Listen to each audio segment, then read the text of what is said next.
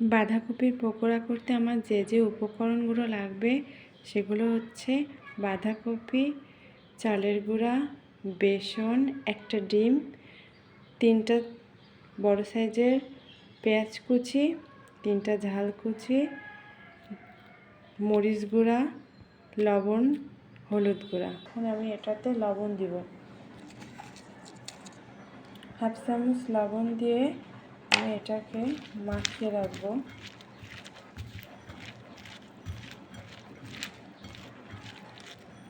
পাঁচ মিনিটের জন্য। এবার এটাকে এইভাবে চিপে নিতে হবে। দেখুন কতটা জল আসছে, এইভাবে চিপে জলটাকে বের করে দিতে হবে।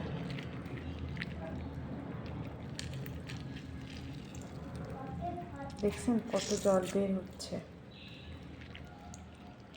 এইভাবে চিপে জলটাকে বের করে দিতে হবে।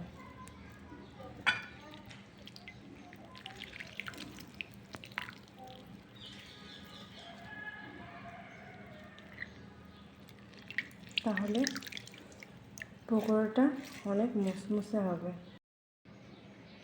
এবার আমি বাঁধাকপির ভেতরে উপকরণগুলো দিয়ে মেখে নেব। প্রথমে দিব পেঁয়াজ কুচনো, তারপরে দিব ঝাল, 3টা ঝাল কুচানো,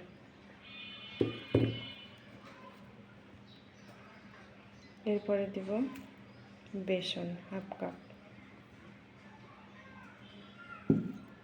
এরপরে দেব চালের গুঁড়া,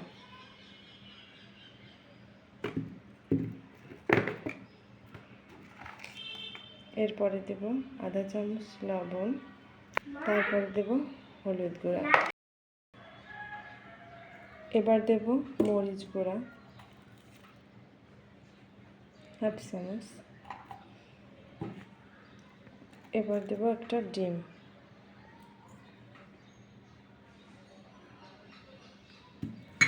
এবার এই সবগুলো উপকরণকে আমি মিশিয়ে নেব, মেখে নেব।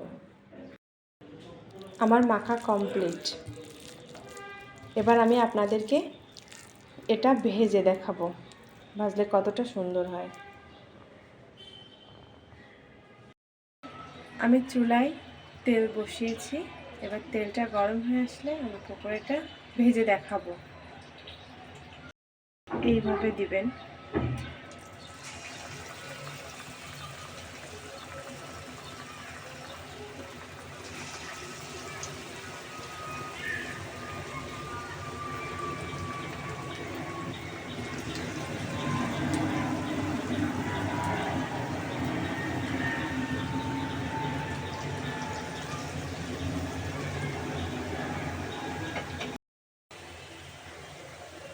এক সাইড হয়ে গেছে, এবার আমি উল্টিয়ে দিব।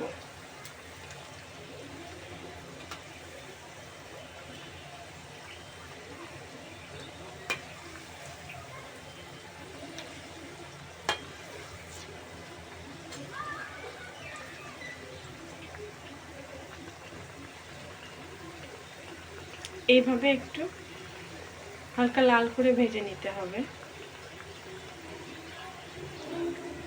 মিডিয়াম ফ্লেমে ভাজবেন যাতে ভিতরটা কাঁচা না থাকে। আমার ভাজা হয়ে এসেছে, দেখেন কত সুন্দর কালার আসছে। এবার আমি এগুলোকে তুলে নিব। দেখেন কত সুন্দর কালার আসছে।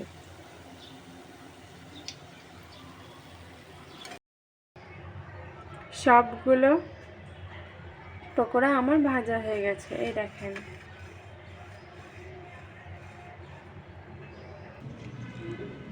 খুব সুন্দর মুসমুসে হয়েছে, দেখেন।